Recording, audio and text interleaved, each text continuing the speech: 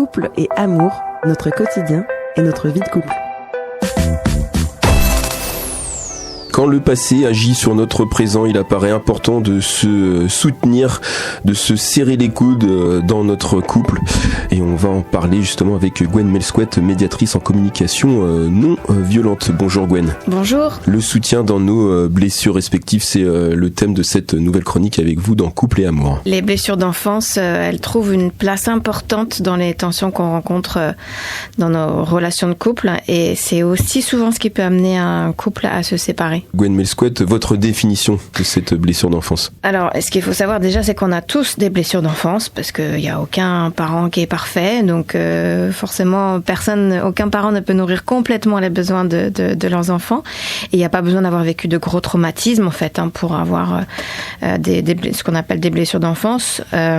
S'ajoute à ça le fait que le cerveau ne permet pas de gérer les émotions avant 5 ans et que jusqu'à l'âge adulte, ça reste compliqué puisque le cerveau, il finit sa croissance seulement à 25 ans. Et ce qui fait qu'on peut avoir un souvenir très douloureux d'un simple retard de nos parents ou juste d'un mot plus haut que l'autre. Et ça peut déclencher des blessures d'enfance. On peut aussi avoir une blessure d'enfance suite à un événement en particulier. Par exemple, votre maman qui vient vous chercher à l'école en retard alors que vous aviez un grand besoin à ce moment-là de soutien affectif. Par exemple, suite à une dispute avec votre meilleur ami du moment. Et du coup, vous pourriez développer à l'âge adulte des angoisses au moindre retard de vos proches. C'est ce qu'on appelle une blessure d'enfance. Et puis, une blessure d'enfance, ça peut aussi venir d'un besoin qui n'aura pas été assez nourri, qui aura été en manque dans nos relations avec nos parents. Par exemple, si nos parents, ils sont pas forcément très démonstratifs de leur affection, peut-être qu'on va développer à l'âge adulte un immense besoin d'affection que le conjoint peut-être aura du mal à nourrir. Dès lors, comment les blessures d'enfance interfèrent dans nos relations de couple? C'est très souvent dans le couple que vont se manifester nos blessures d'enfance parce que c'est le lieu où finalement on est le plus nous-mêmes, où il y a le plus d'intimité. Et on reconnaît une blessure d'enfance à notre incapacité à gérer son impact dans le présent. Quand notre conjoint va activer sans le savoir par une parole ou un comportement notre blessure d'enfance, on peut alors surréagir de façon qui semble démesurée. Et l'intensité de la réaction va surprendre et même générer de l'incompréhension pour les partenaires. C'est là qu'il va pas forcément comprendre pourquoi son partenaire réagit aussi vivement dans la situation et donc du coup il peut avoir des jugements en disant mais t'exagères, c'est quand même pas aussi dramatique.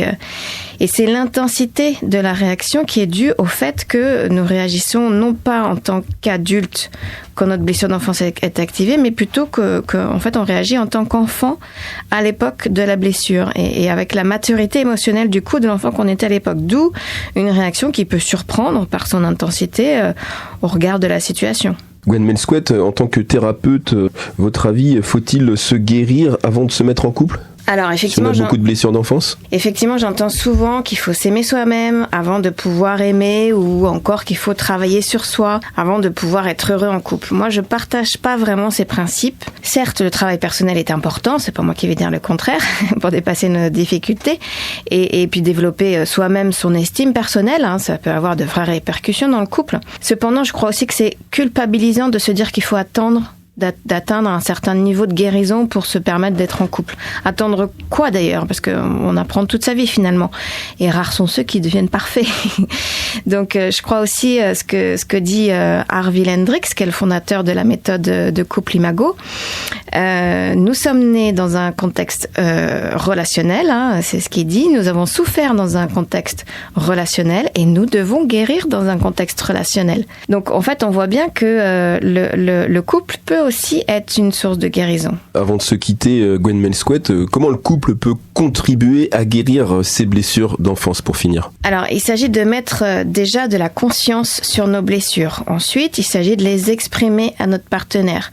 L'idée étant d'expliquer que dans telle situation, ça nous renvoie à tel événement ou telle façon d'agir de nos parents et que ça nous a fortement blessés à l'époque et qu'on en est encore touché aujourd'hui. L'important pour le partenaire, c'est de comprendre que lorsque la blessure est activée, sans le vouloir, rappelons-le, le conjoint ne parviendra pas ou très peu à gérer la situation de façon rationnelle. Donc, il a besoin de soutien dans ces moments-là. En thérapie, une partie du travail consiste à accompagner le couple dans cette compréhension mutuelle et aussi à trouver comment faire quand ça arrive. Mais que peut faire, par exemple, la personne qui est touchée dans sa blessure et comment son conjoint peut le soutenir.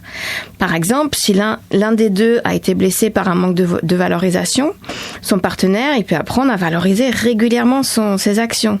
Ça va contribuer à guérir la blessure d'enfance, limiter les tensions dans le couple et contribuer au bonheur des deux. L'un parce que son besoin est enfin nourri et l'autre parce qu'il voit combien il contribue au bonheur de sa moitié. Le soutien dans nos blessures respectives, nos blessures d'enfance, c'était le sujet central de cette nouvelle chronique Couple et Amour avec vous, Gwen Melsquet, médiatrice en communication non violente. Vous êtes thérapeute et formatrice en communication bienveillante sur la région rennaise. À bientôt. À bientôt, merci.